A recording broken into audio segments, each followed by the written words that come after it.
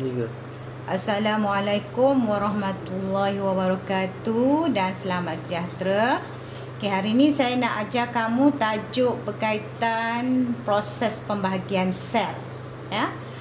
Jadi maknanya untuk makluman kamu, proses pembahagian sel dia melibatkan dua proses, iaitu proses mitosis dan proses meiosis. Kedua-dua proses tersebut adalah untuk menghasilkan sel. Okey, cuma kalau mitosis dia berlaku dalam sel soma, manakala meiosis dia akan berlaku dalam sel organ pembiakan. Okey, jadi untuk hari ini saya akan ajar untuk proses pembahagian melalui mitosis sahaja. Okey, jadi kamu kena tahu apa dia peringkat-peringkat yang terlibat dalam proses mitosis. Jadi untuk awal awak tengok apa itu mitosis. Okey, jadi mitosis itu adalah proses pembahagian sel. Proses pembahagian sel di mana sel-sel somatik. Sel-sel somatik ini adalah sel-sel yang ada dalam badan awak kecuali sel yang berada di organ pembiakan. Jadi organ pembiakan tu contohnya ovari dekat testis. Jadi untuk sel soma ni dia ada di bahagian badan kita lah. Selain daripada dua tempat yang saya sebut tadi lah. Jadi yang mana semasa proses pembahagian ini dia akan membentuk sel baru. Yang mana sel baru tadi dia mempunyai kandungan genetik yang sama seperti sel induk. Sel induk tu sel yang sebelum dia membahagilah. Jadi melalui mitosis ni kita akan dapat dua sel anak yang sama seperti sel induk. Okey, jadi kalau lihat kat sini, okey, kenapa sel-sel perlu membuat salinan atau mengganda? Maknanya di sini tujuannya lah, maknanya kat sini nak menyatakan kenapa mitosis tu perlu berlaku pada badan kita. Jadi sel-sel baru yang terhasil tadi sel-sel baru yang terhasil tadi digunakan untuk penyembuhan luka. Untuk menggantikan sel-sel yang mati. Okey, untuk proses pertumbuhan. Jadi itu tujuan ataupun kepentingan proses mitosis tadi. Jadi ada tiga lah dia punya kepentingan dia. Okey, kita lihat ini adalah peringkat yang berlaku semasa proses mitosis. Jadi peringkat yang pertama kita panggil interfasa. Jadi interfasa ni sel-sel akan melakukan tugas hariannya, iaitu maknanya dia membesar, menilai dan menyalin ataupun menggandakan DNA. Jadi kalau awak lihat pada raja ni, okey, ini adalah sel induk. Sel induk ni adalah sel yang asal tu, yang maknanya dalam sel kita apabila telah matang, jadi itu adalah sel induk lah kita kata. Jadi dalam sel ni kamu nampak itu ada DNA dia. Okey, selepas interfasa, okey, peringkat yang berikutnya dia masuk peringkat profasa. Jadi pada peringkat profasa ni DNA akan memendek dan menebal untuk membentuk kromosom. Jadi rupa bentuk dia yang asal tadi kamu tengok bentuk dia macam berbenang halus kan. Jadi sekarang ni bila peringkat profasa, DNA tadi memendek dan menebal dan akan membentuk kromosom. Jadi kalau awak lihat sekarang ni kromosom dia akan nampak lebih jelas lah. Okey, dan membran nukleus mula menghilang. Dia kata sentriol mula bergerak ke kedua-dua hujung. Okey. Ini sentriol Okey.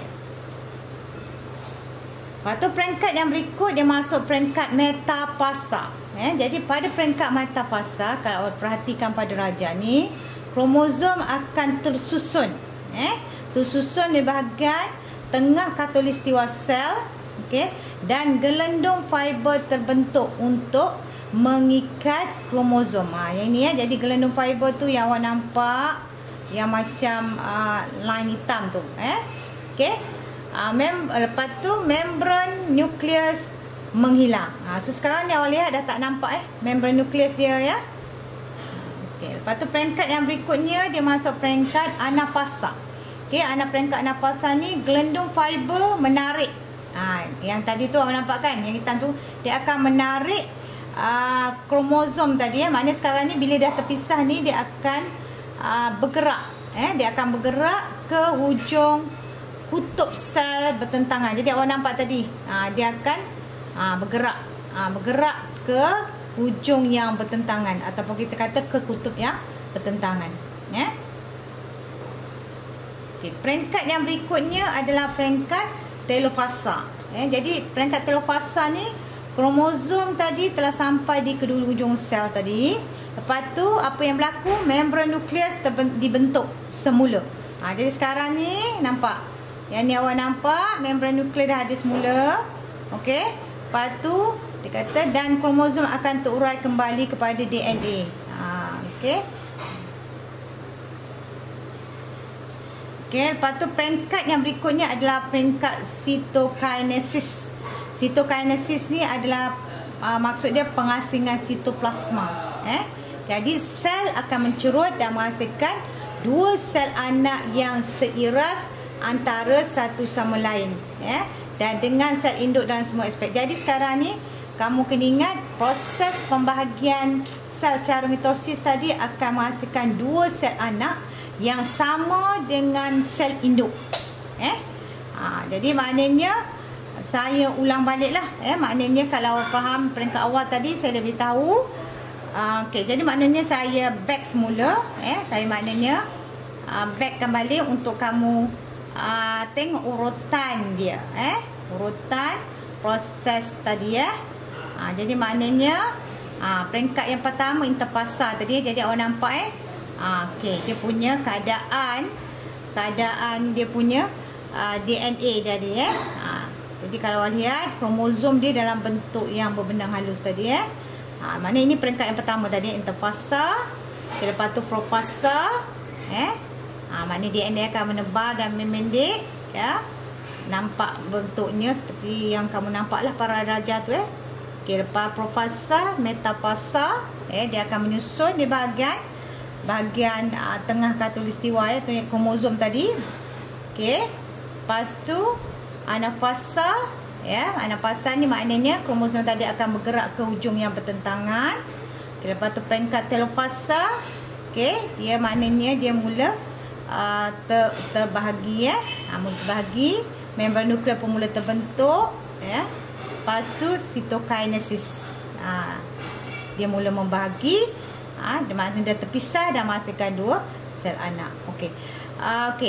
Kamu boleh rujuk juga buku teks kalau kamu rasa kamu masih kurang faham atau tak jelas.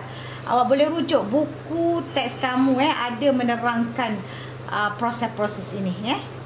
Okey, itu saja yang saya nak terangkan berkaitan dengan mitosis. Okey, sekian, terima kasih.